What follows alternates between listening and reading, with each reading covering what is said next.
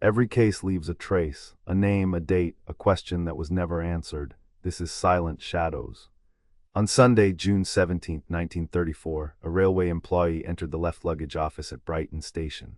Among the items waiting there was a trunk that had gone unclaimed. To anyone passing through the station, it would have looked ordinary enough, just another piece of luggage separated from its owner. But when the employee opened it, he found something that would begin one of Britain's most unsettling unsolved cases: the torso of a young woman. Brighton was one of England's best-known seaside destinations, linked to London by a busy railway line. Crowds came and went constantly, particularly during the warmer months. That movement gave whoever deposited the trunk a kind of anonymity. A traveler carrying luggage through a station was hardly unusual. Unless someone behaved suspiciously, there was little reason for railway staff or passengers to remember a face. The same ordinary routines that kept the station moving could also conceal a terrible crime. The discovery immediately raised questions, but the most basic one could not be answered. Who was she? The trunk contained no head and no arms. Those missing parts deprived investigators of the most direct means of recognition. There was no face to show the public, and there were no fingerprints to compare, even before detectives began tracing the trunk's journey. They were working with an enormous disadvantage. They had a victim, but almost nothing that could restore her identity. The remains were removed for medical examination, and police began looking closely at the trunk and everything packed around the body. In a case like this, luggage itself becomes a kind of witness. Its construction, condition, labels, markings, and wrapping materials may preserve traces of where it has been. Investigators needed to learn when the trunk had arrived, who might have deposited it, and whether any railway employee remembered the person responsible. But stations deal in constant movement, and memories fade quickly. Then on the following day, June 18th, the case expanded far beyond Brighton. At King's Cross Station in London, a suitcase was found to contain a woman's legs. The timing was impossible to ignore. Two major railway stations, two pieces of luggage, and human remains discovered within roughly a day of each other. Still, investigators could not simply assume that the discoveries were connected. That link had to be established through medical and physical evidence. Now here's where the examination became crucial. The wrapping materials associated with the remains were compared, and they matched. Medical assessment also supported the conclusion that the torso in Brighton and the legs at King's Cross came from the same woman.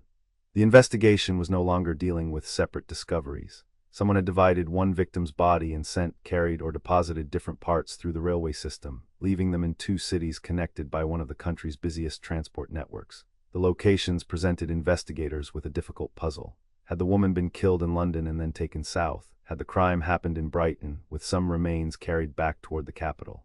Or had both stations simply been chosen because they offered convenient places to abandon luggage? A railway left luggage office allowed an item to sit without attracting immediate concern. The offender may have understood that delay, using ordinary railway procedure to create time and distance before discovery. But we have to be careful here. The placement of the remains can suggest planning, yet it does not tell us exactly what that plan was. It might have been intended to confuse the police. It might have reflected panic and improvisation. It might simply have followed routes familiar to the person responsible. Without knowing who carried the trunk and suitcase, investigators could not reliably reconstruct the journey. Every theory depended on a missing person whose movements were still completely unknown. Forensic pathologist Sir Bernard Spilsbury assisted with the investigation. By 1934, Spilsbury was one of the most prominent medical experts in Britain. His involvement gave the case considerable attention, but even an experienced pathologist could only work with what had been recovered. The missing head and arms limited what medicine could reveal. The examination could describe the body, assess physical characteristics, and look for evidence of injury, but it could not supply the woman's name. One important fact did emerge: the young woman had been pregnant. That finding added another layer to the investigation. Somewhere, detectives reasoned, there might be relatives, friends, neighbors, or medical attendants who knew of a pregnant woman who had suddenly vanished. Pregnancy could have shaped the circumstances surrounding her death, but it could also have been unrelated. The evidence established her condition. It did not establish motive, and it did not identify the father of the unborn child. So let's back up a second and consider what identifying an unknown victim required at that time. There was no national DNA database, no genetic genealogy, and no instant digital search through missing person reports. Information moved through telephone calls, telegrams, printed notices, police circulars, and newspapers. Records were scattered among different jurisdictions. If the woman had lived quietly, used another name, or recently arrived from elsewhere, connecting her to the remains could be extraordinarily difficult. The police needed someone to notice an absence and report it. Yet not every disappearance was reported immediately. An adult might tell family members that she was leaving for work, travel, or a new relationship. A woman whose circumstances carried social stigma might already have become isolated from people who knew her well, and if she came from outside Britain or had few stable connections, those closest to her might never have seen the appeals published in English newspapers. Investigators searched railway parcel offices and pursued the possibility that other packages might contain the woman's missing head or arms. That search was essential because recovering those parts could have transformed the case. Her face might have been recognized. Fingerprints could potentially have been checked against available records. Injuries to the head could also have helped establish how she died. But despite the scale of the search, the remaining parts were never found. The railway network offered both leads and complications. Staff could be questioned. Labels and storage procedures could be reviewed. Routes between London and Brighton could be examined. At the same time, countless trunks, cases, parcels, and passengers moved through major stations. A person did not need to appear sinister while carrying heavy luggage. Porters routinely handled other people's belongings. And an offender could exploit that normality, allowing railway workers to move an object without understanding what it contained.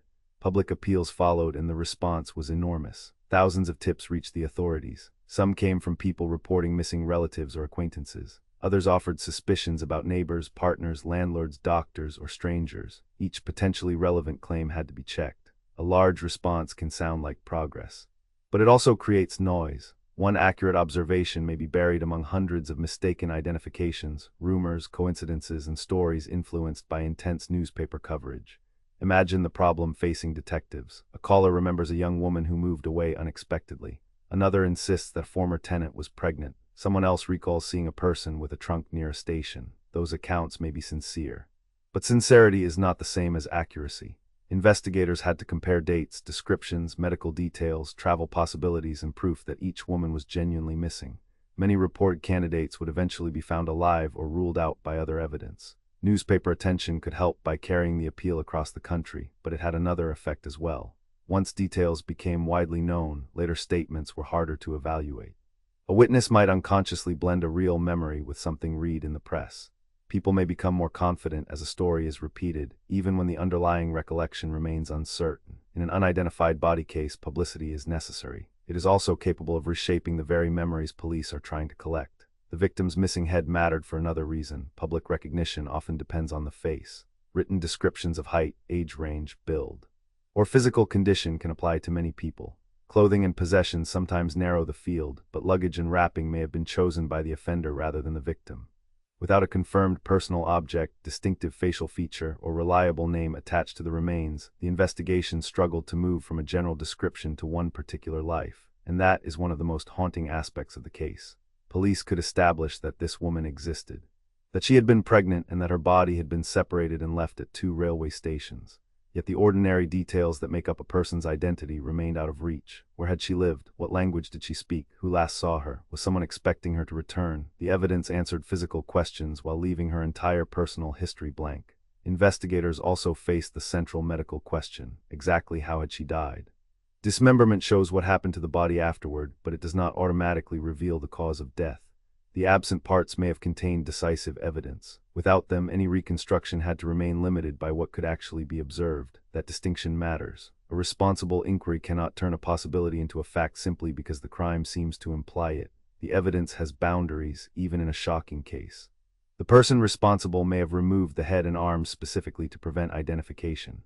That is a logical possibility, since those areas carry a face, fingerprints, and potentially distinctive features, but it remains an inference. The missing parts might also have been disposed of separately for practical reasons, then never discovered. We do not know whether the offender had medical knowledge, professional tools, help from another person, or simply enough time and privacy to conceal what had happened. There was also no certain way to know what relationship, if any, existed between the woman and her killer. Many homicide victims know the person responsible, but applying a general pattern cannot solve an individual case. Her pregnancy could point toward an intimate relationship, family conflict, fear of exposure, or an unsafe attempt to obtain medical help. It could also lead investigators away from the truth. Without her identity, every possible motive remained detached from names, places, and verifiable events. Months passed. The initial shock became a sustained investigation, with leads checked and possibilities eliminated. Police had the attention of the public, the assistance of a renowned pathologist, and access to the railway system's records and employees. What they did not have was the one breakthrough that could organize everything else: a confirmed identification. Once a victim is named, investigators can map relationships, recent movements, employment, correspondence, and medical history. Here, that entire chain remained unavailable. In February 1935, an inquest considered the available evidence. An inquest was not a criminal trial. Its purpose was to examine the death and reach findings based on what could be established. In this case, the conclusion was an open verdict. In plain terms, the evidence did not allow the circumstances of the woman's death to be determined with the certainty required. The verdict preserved the unknowns rather than forcing them into a conclusion the facts could not support. An open verdict did not mean that nothing suspicious had occurred. A body had been dismembered, divided between pieces of luggage and abandoned at separate stations. But suspicion and legal proof are different things. The precise cause and manner of death were not established, and no identified suspect could be placed before a court.